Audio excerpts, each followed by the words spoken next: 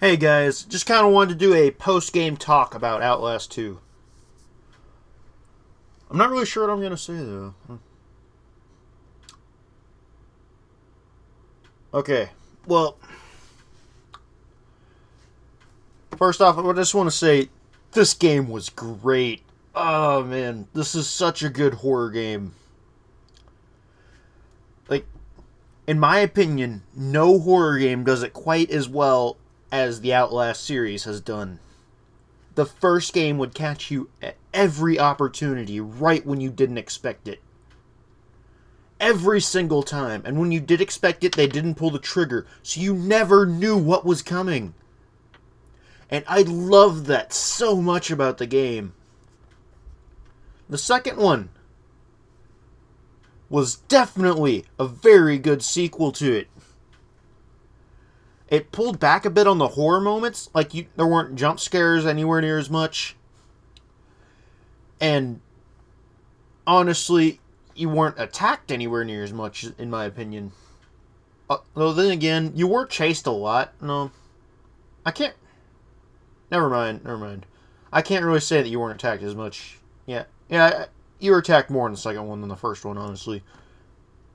But the second one didn't have anywhere near as many scares as the first one did. Or at least not as good. I remember the first one catching me so off guard. It was so much worse than any horror game, and worse in a good way, I mean. It was so much worse than any horror game that I'd ever played before that. First time playing through. I didn't... every single time it managed to get me. And I usually don't get got by horror games. At least not like that. You might have noticed that throughout the second one, is that not too many of the jump scares really faze me as they do, people who are overreacting to them, you know? The only thing that was really absolutely scary about that game was probably that creature that was in the school. That thing was freaking fast. And Marta, who, by the way, I didn't find out until after the game that her name was Marta. I did not put that together. I also didn't put together that Laird was a person. That he was the small person on top of the bigger guy's back. You know, the one who shot the flaming arrows. I never put it together that he was Laird. So, okay, just to kind of talk about the story a bit. Because, honestly, if anything, that's the main focus of Outlast 2. There was a lot of story going on. I want to start out by saying I love the story to it. A lot of people have been saying that they were lukewarm to it, which I don't get. I mean, this is hands down better than pretty much any other horror game. I mean, compare this to, for example, Evil Within. Evil Within felt kind of cheap compared to this. I liked Evil Within, but compared to this, even though it had actually a somewhat similar story, it felt a lot cheaper and more just, you know, gore for the sake of gore than actual horror to me. And the story in this, the one thing I'll say that really they probably made an error of judgment in doing, was having so much of the important information being stuff that you could miss, and having so much be stuff that's just Easter eggs. Because without that, you just end up confused at the end, with not knowing why everything happened, or what's even happening. Because, okay, for example, there are 2 documents by the lake, both of which that I missed. Shows you how good I am at games like this. I missed both of them. One to the right in a cave, and the other one that you have to actually go walk across the edge of the lake to get to. It's a very secret document. And they talk about how the bright white lights that are coming from that radio tower across the lake, and about how they're causing a lot of the hallucinations, and, you know, the feeling of, you know, how people were getting it on a lot. And that's been causing that.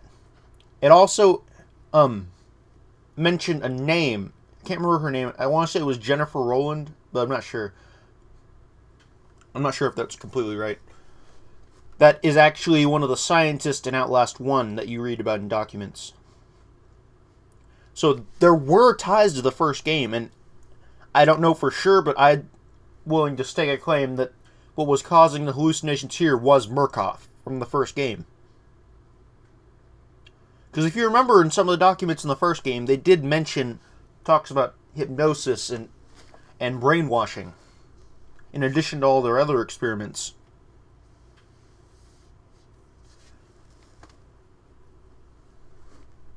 And where better to test this out than a tiny town in the middle of nowhere that pretty much no one seems to know about.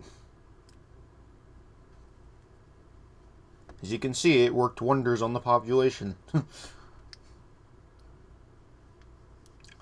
So I guess I'll get on to the big elephant in the room of the game. What the hell happened in the ending? I can't give you an answer. I don't know the answers. A lot of people have said it was hallucination, that everything that happened in the end was a hallucination. And I did see a theory that was actually pretty plausible to me, at least. That, right at the end when that woman sprays whatever it is in your face, that everything's a hallucination after that. But personally, I understand why people would go for the it's all a hallucination thing. But I've always gotten the impression that the Outlast writers are better than doing the whole it was all a dream kind of ending. Because, okay, first off, I just want to make clear, I think that everything that happened in Arizona, including the end, really happened. And even if I'm not completely certain about the end, but everything up until you get to the very end did happen in Arizona. Well, everything in the school was just memories and hallucinations.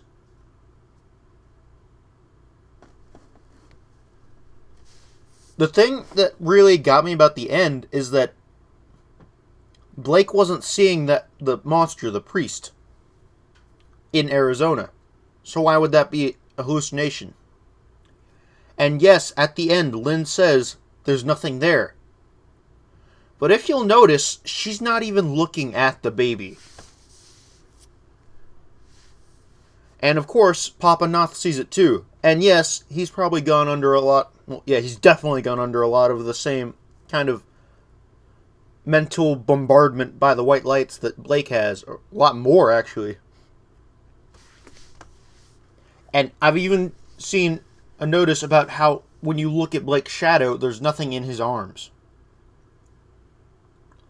But I'd really like to say, I don't think Outlast would go that route.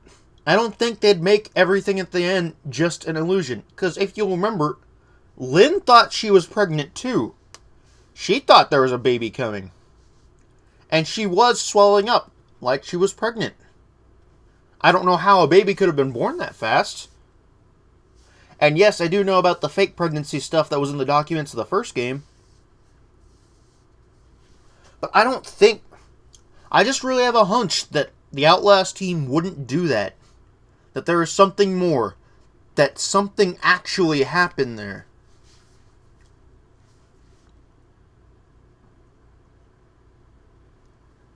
So yeah. I love the game. I cannot state how much I love the game. I don't know if I love it quite as much as the first game. Because, I mean, certain things about it, like the AI and other stuff, were hands down better. The atmosphere was incredible. And a bunch of the things about it were truly scary in the ways that you won't see in other games. Like, just compare it to recent Resident Evil 7 that came out just a couple months before this. I think you can't... Almost no one can say that Resident Evil 7 was a scarier game. It just wasn't. It was a better action game, I guess, but not a better horror game. And I do commend Resident Evil 7 for getting back to its horror roots, by the way. Just want to mention that. It's good to see that they didn't just go full zombie hordes and shooting everything. They're going back to horror, because that's nice to see. But comparing it to Outlast 2, I just don't see any way you can call it better. Outlast 2 was incredible.